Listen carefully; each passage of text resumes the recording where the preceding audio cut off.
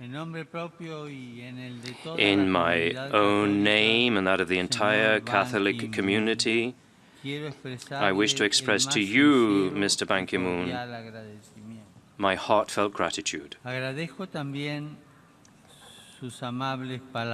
And I'd like to thank you for your kind words. I greet also the heads of state and heads of government present, as well as the ambassadors, diplomats, and political and technical officials accompanying them, the personnel of the United Nations engaged in this, the 70th session of the General Assembly, the personnel of the various programs and agencies of the United Nations family, and all those who, in one way or another, take part in this meeting.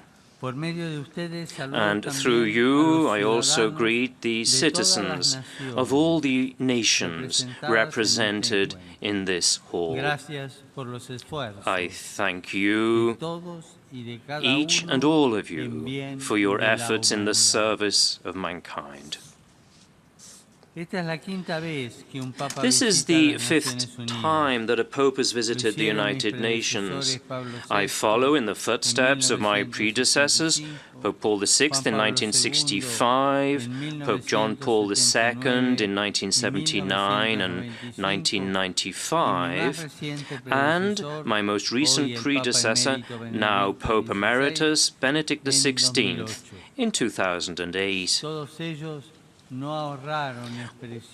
All of them expressed their great esteem for the organization, which they considered the appropriate juridical and political response to this present moment of history, marked by our technical ability to overcome distances and frontiers, and apparently to overcome all natural limits to the exercise of power. An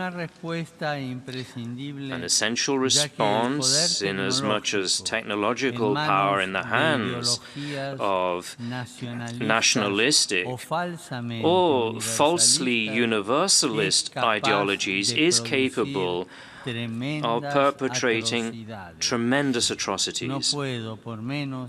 I can only reiterate the appreciation expressed by my predecessors in reaffirming the importance which the Catholic Church attaches to this institution and the hope which she places in its activities.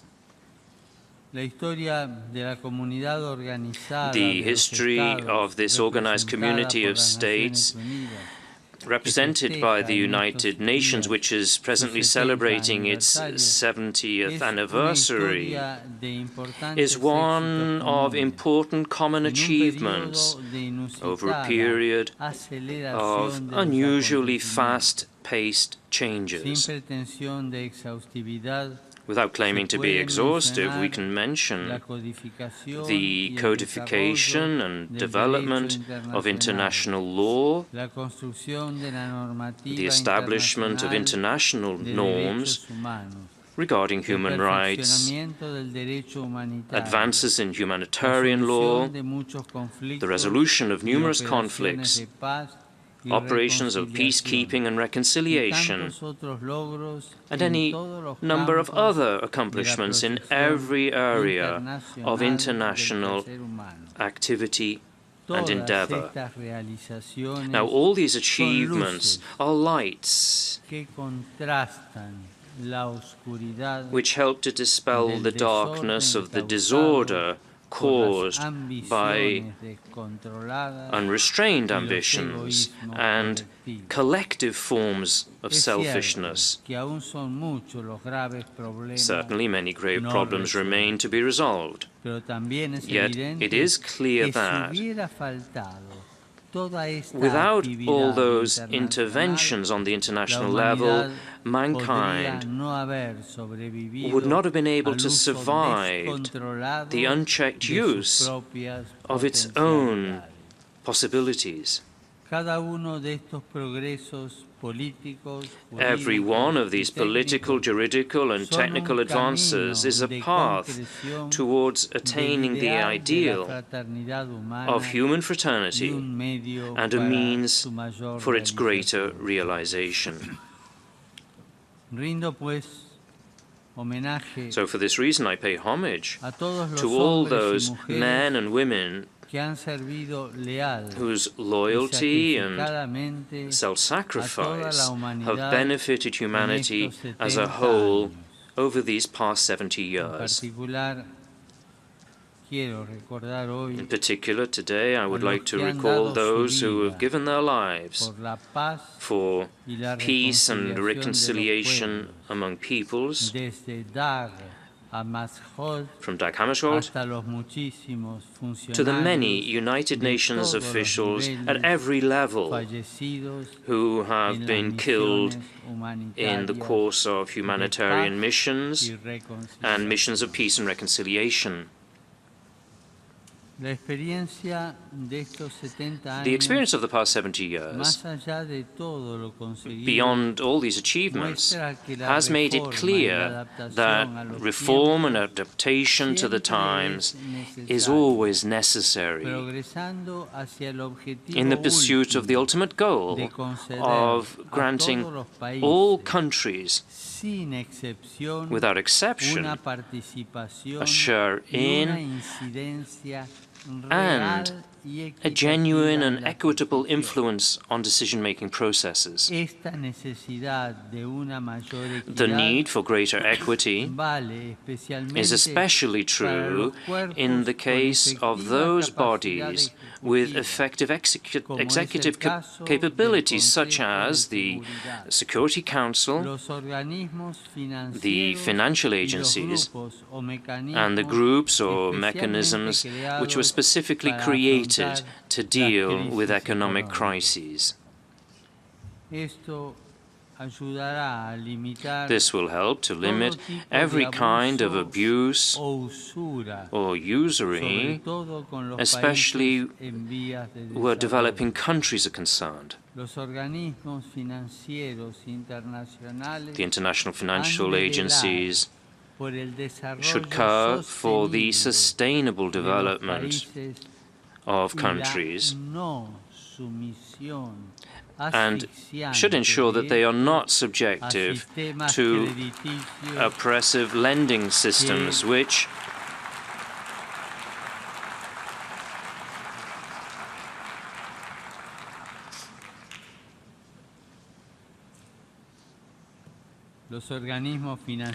So the international financial agencies should care for the sustainable development of countries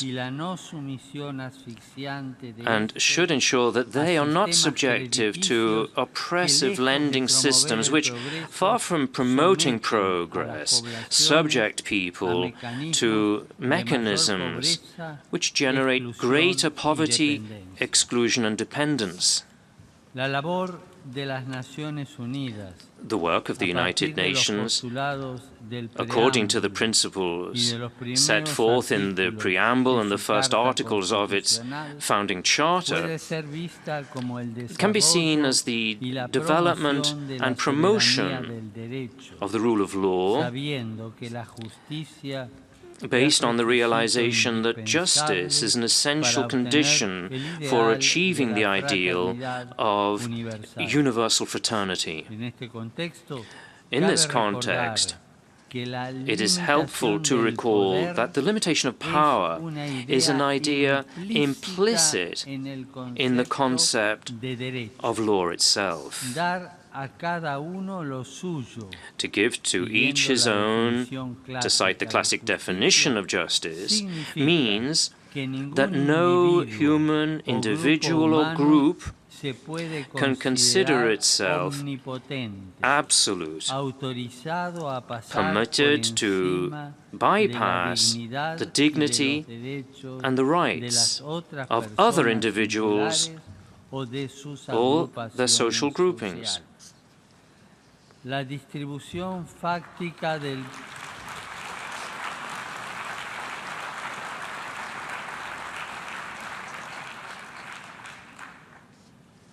The effective distribution of power, political, economic, defense-related, technological, etc.,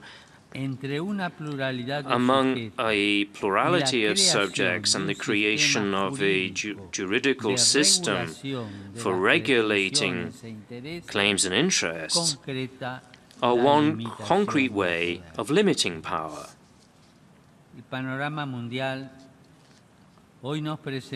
Yet today's world presents us with many false rights and at the same time broad sectors which are vulnerable, victims of power that is badly exercised.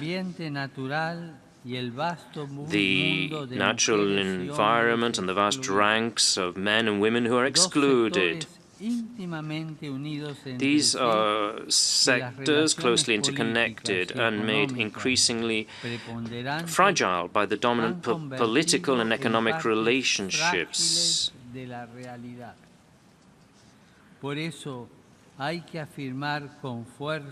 That is why their rights must be forcefully affirmed by working to protect the environment and by putting an end to exclusion.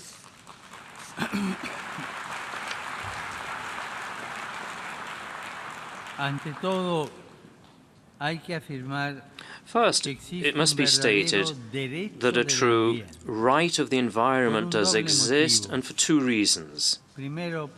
First, because we human beings are part of the environment, we live in communion with it, since the environment itself entails ethical limits which human activity must acknowledge and respect. Man, for all his remarkable gifts, which are signs of a uniqueness which transcends the spheres of physics and biology, is, at the same time, a part of these spheres. He possesses a body shaped by physical, chemical, and biological elements, and can only survive and develop if the ecological environment is favorable. Any harm done to the environment, therefore, is harm to humanity. Second, because every creature, particularly a living creature, has an intrinsic value in its existence, its life, its beauty, and its interdependence with other creatures.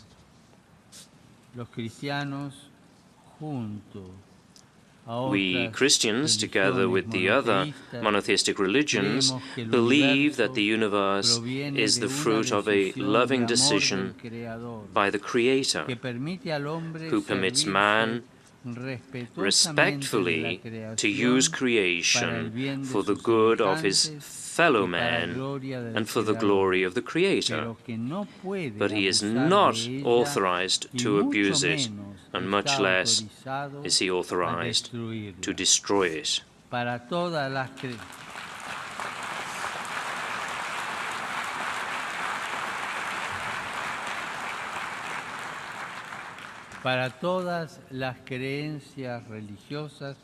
In all religions, the environment is a fundamental good. The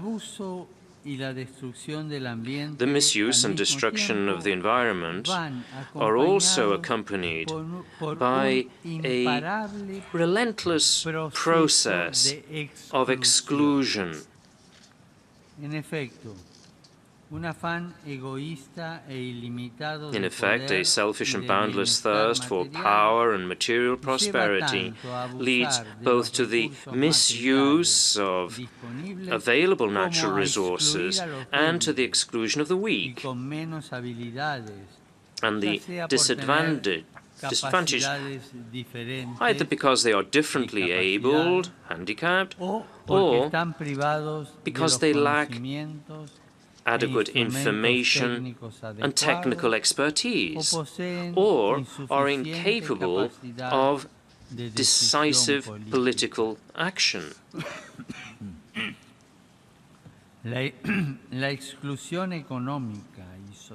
Economic and social exclusion is a complete denial of human fraternity and a very grave offense against human rights and the environment.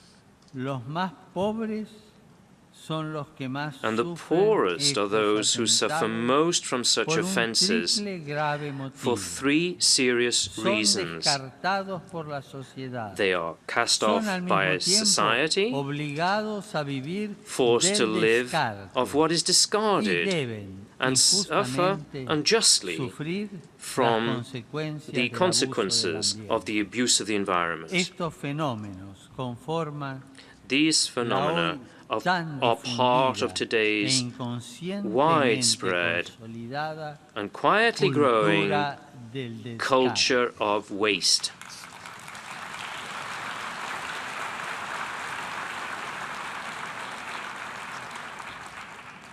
The dramatic reality, this whole situation of exclusion and inequality with its evident effects, has led me, in union with the entire Christian people and many others, to take stock also of my grave responsibility in this regard, and therefore to speak out together with all those who are seeking urgently needed and effective solutions. The adoption of the 2030 Agenda for Sustainable Development at the World Summit, which opens today, is an important sign of hope. I am similarly confident that the Paris Conference on Climatic Change will secure fundamental and effective agreements. Now,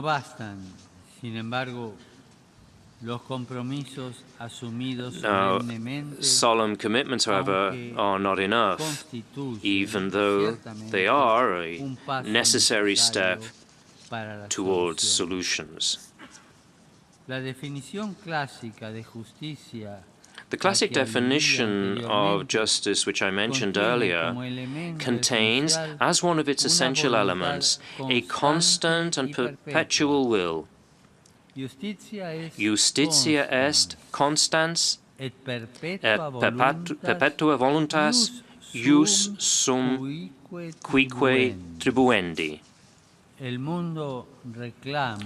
Our world demands of all government leaders a will which is effective, practical, constant, with concrete steps and immediate measures for preserving and improving the natural environment, and thus putting an end as quickly as possible to the phenomenon of social and economic exclusion, with its painful consequences of human trafficking, the marketing of human organs and tissues, sexual exploitation of boys and girls, slave labor, including prostitution, the drug and weapons trade, terrorism, and international organized crime.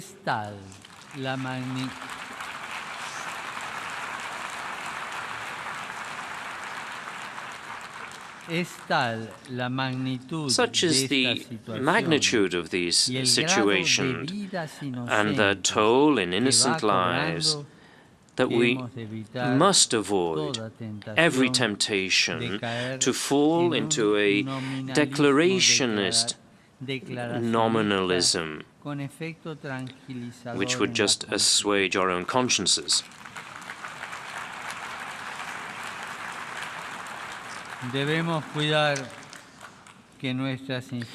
We need to ensure that our institutions are truly effective in the struggle against all these scourges. The number and complexity of the problems require that we possess technical instruments of verification, but this involves two risks. We can rest content with the bureaucratic exercise of drawing up long lists of good proposals, goals, objectives, and statistical indicators, or we can think that a single theoretical and a priori solution will provide an answer to all these challenges. It must never be forgotten that political and economic activity is only effective when it is understood as a prudential activity, guided by a perennial concept of justice and consciously conscious of the fact that above and beyond our plans and programs, we are dealing with real men and women who live, struggle and suffer, and are often forced to live in great poverty and deprived of all rights.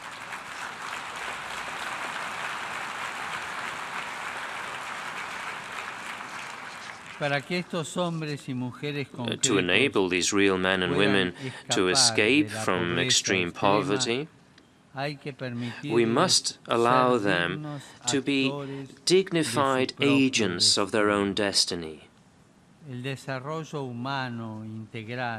Integral human development and the full exercise of human dignity cannot be imposed. They must be built up and allowed to unfold for each individual, for every family, in communion with others, and in a right relationship with all those areas in which human social life develops: friends, communities, towns, cities, schools, businesses, unions, provinces and nations. Now, this proposes the right to education, also for girls, who are excluded in certain places.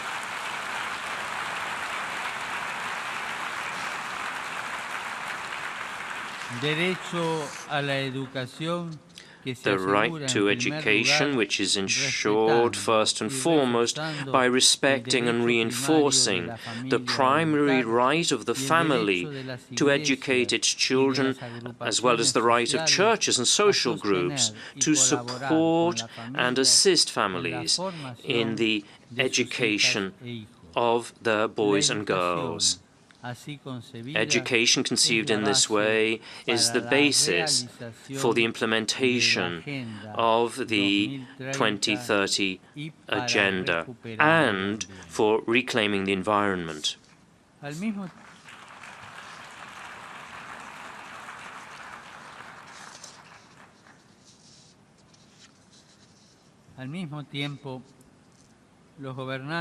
At the same time, government leaders must do everything possible to ensure that all can have the minimum spiritual and material means needed to live in dignity and to create and support a family, which is the primary cell of any social development.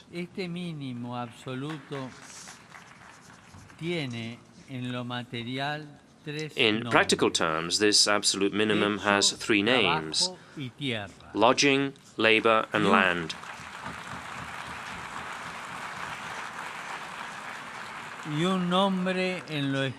And one spiritual name: spiritual freedom, which includes religious freedom, the right to education, and all other civil rights.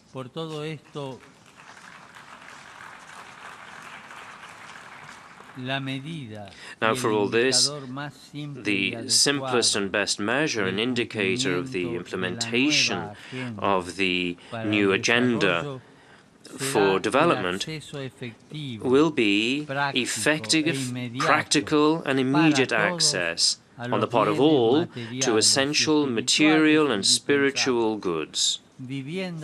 Housing, dignified and properly remunerated employment, adequate food and drinking water, religious freedom, and more generally, spiritual freedom and education. Now, these pillars of integral human development have a common foundation, and this is the right to life and, more generally, what we could call the right to existence of human nature itself.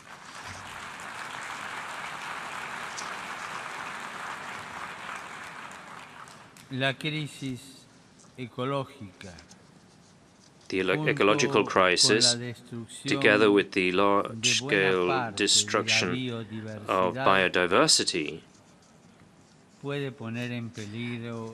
can threaten the very existence of the human species.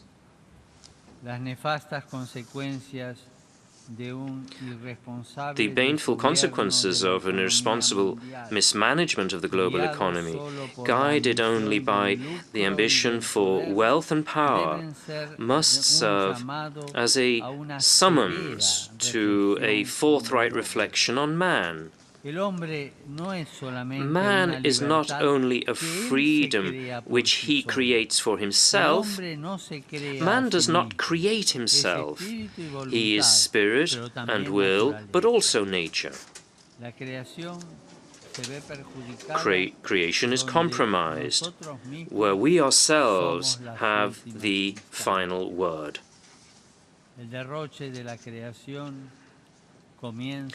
The misuse of creation begins when we no longer recognize any instance above ourselves,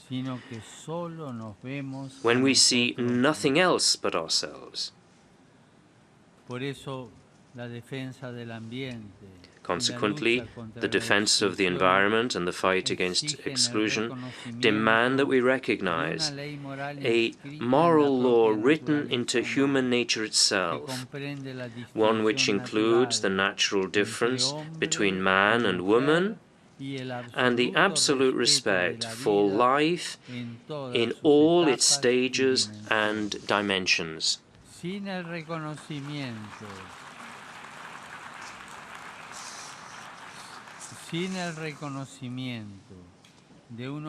Without the recognition of certain incontestable natural ethical limits, and without the immediate implementation of those pillars of integral human development, the ideal of saving succeeding generations from the scourge of war and of promoting social progress and better standards of life in larger freedom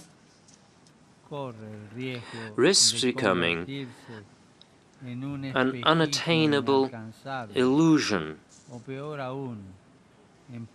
or even worse, just idle chatter, which serves as a cover for all kinds of abuse and corruption, or for carrying out an ideological colonization by the imposition of anomalous models and lifestyles, which are alien to people's identity and, in the end, are irresponsible.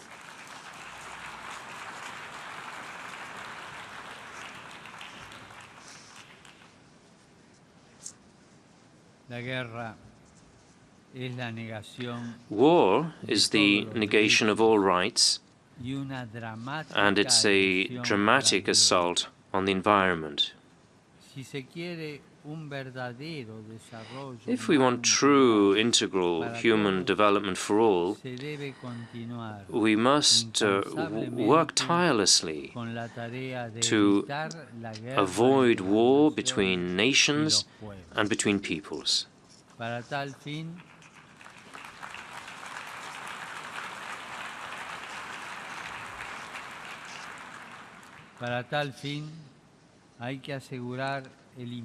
To this end, there's a need to ensure the uncontested rule of law and tireless recourse to negotiation, mediation and arbitration as proposed by the Charter of the United Nations, which constitutes truly a fundamental juridical norm.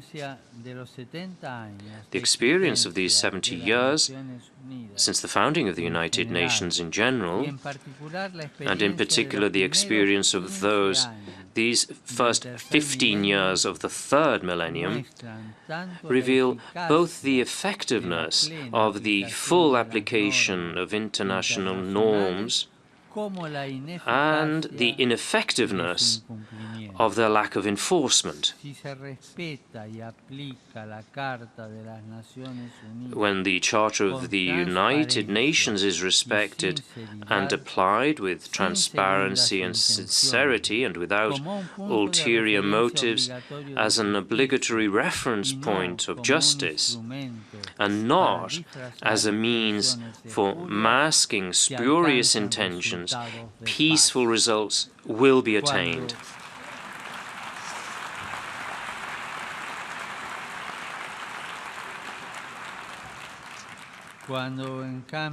When, on the other hand, the norm is considered simply as an instrument to be used whenever it proves favorable, and then to be avoided when it is not, a true Pandora's box is opened, releasing uncontrollable forces which gravely harm defenseless populations,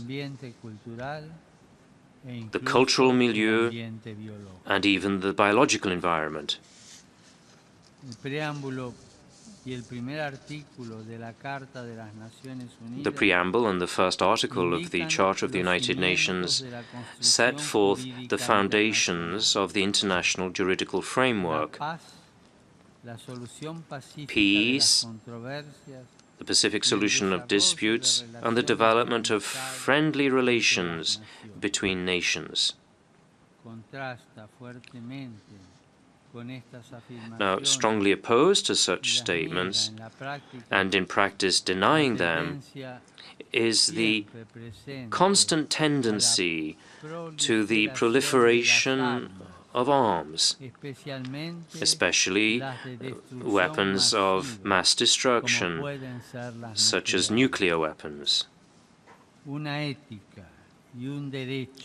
An ethics and a law based on the threat of mutual destruction and possibly the destruction of all mankind are self-contradictory and represent an affront to the entire framework of the United Nations, which would end up as a nations united by fear and distrust.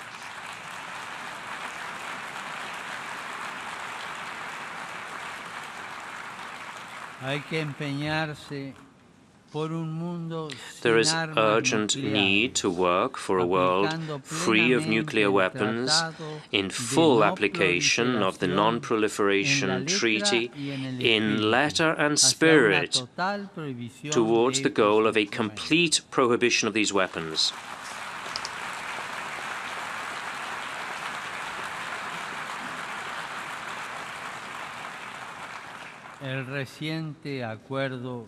The recent agreement reached on the nuclear question in a sensitive region of Asia and the Middle East is proof of the potential of political goodwill and of law exercised with sincerity, patience, and constancy. I express my hope that this agreement will be lasting and efficacious and bring forth the desired fruits with the cooperation of all the parties involved.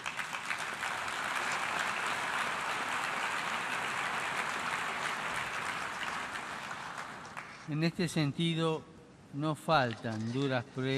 this sense, hard evidence is not lacking of the negative effects of military and political interventions which are not coordinated between members of the international community. For this reason, while regretting to have to do so, I must renew my repeated appeals regarding the painful situation of the entire Middle East, North Africa, and other African countries, where Christians, together with other cultural or ethnic groups, and even members of the majority religion who have no desire to be caught up in hatred and folly, have been forced to witness the destruction of the places of worship, their cultural and religious heritage, their houses and property, and have faced the alternative either of fleeing or of paying for their adhesion to good and to peace by their own lives or by enslavement.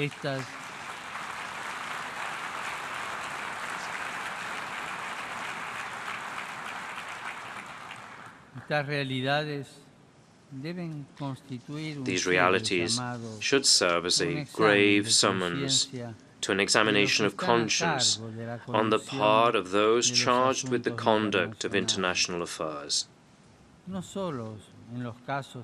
And not only in cases of religious or cultural persecution, but in every situation of conflict, as in Ukraine, Syria, Iraq, Libya, South Sudan, and the Great Lakes region. Real human beings take precedence over partisan interests, however legitimate the latter may be. In wars and conflicts, there are individual persons, our brothers and sisters, men and women, young and old, boys and girls, who weep, suffer, and die. Human beings who are easily discarded when our only response is to draw up lists of problems, strategies, and disagreements. As I wrote in my letter to the Secretary General of the United Nations on the 9th of August 2014, the most basic understanding of human dignity compels the international community, particularly through the norms and mechanisms of international law, to do all that it can to stop and to prevent further systematic violence against ethnic and religious minorities, and to protect innocent peoples.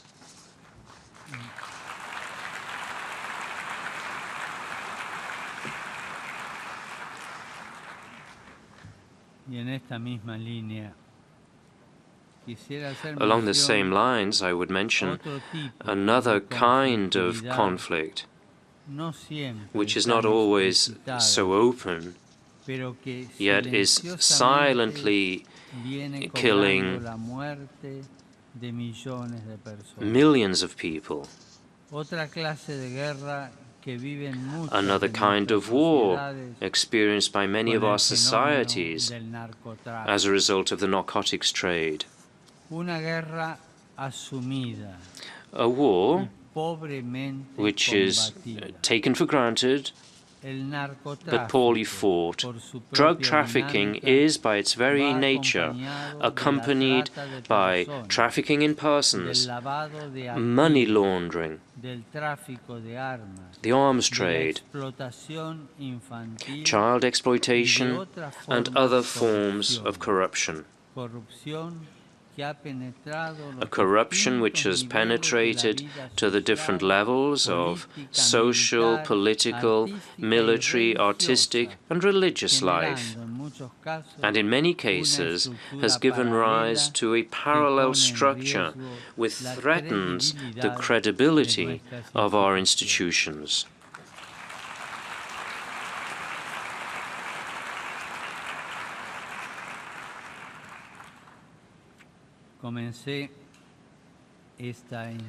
I began this speech recalling the visits of my predecessors.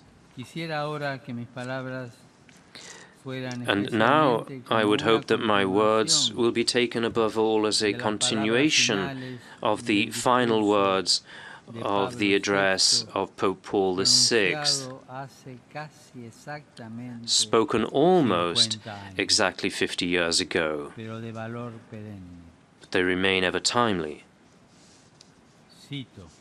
And I quote, "The hour has come when a pause, a moment of recollection, reflection, even of prayer,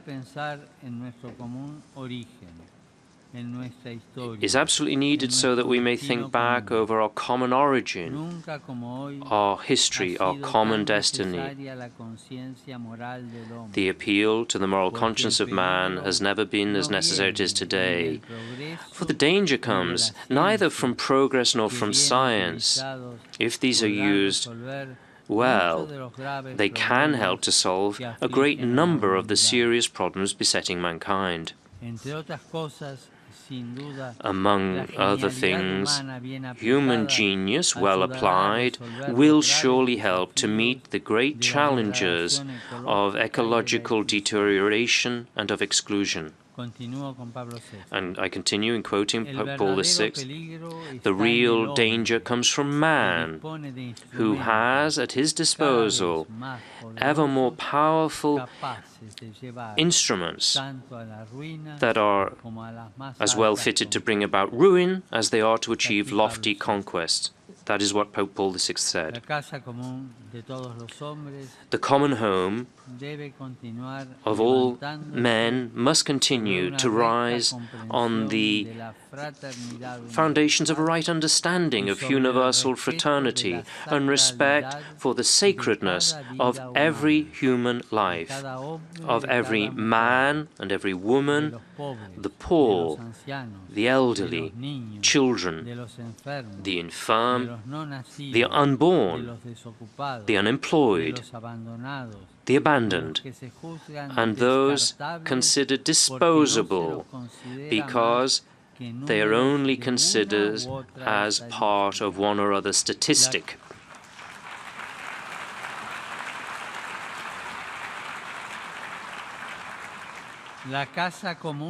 This common home of all men and women must also be built on the understanding of a certain sacredness of created nature. Now, such understanding and respect call for a higher degree of wisdom, one which accepts transcendence, and at the same time rejects the creation of an all-powerful elite and recognizes that the full meaning of individual and collective life is found in the selfless service to others and in the sage and respectful use of creation for the common good. To repeat the words of Pope Paul VI, the edifice of modern civilization has to be built on spiritual principles, for they are the only ones capable not only of supporting it, but also of shedding light on it. El Gaucho Martín Fierro, a classic of literature in my native land, sings, "Brothers should stand by each other because this is the first law. Keep a true bond between you always, at every time, because if you fight amongst yourselves, you'll be devoured by those outside."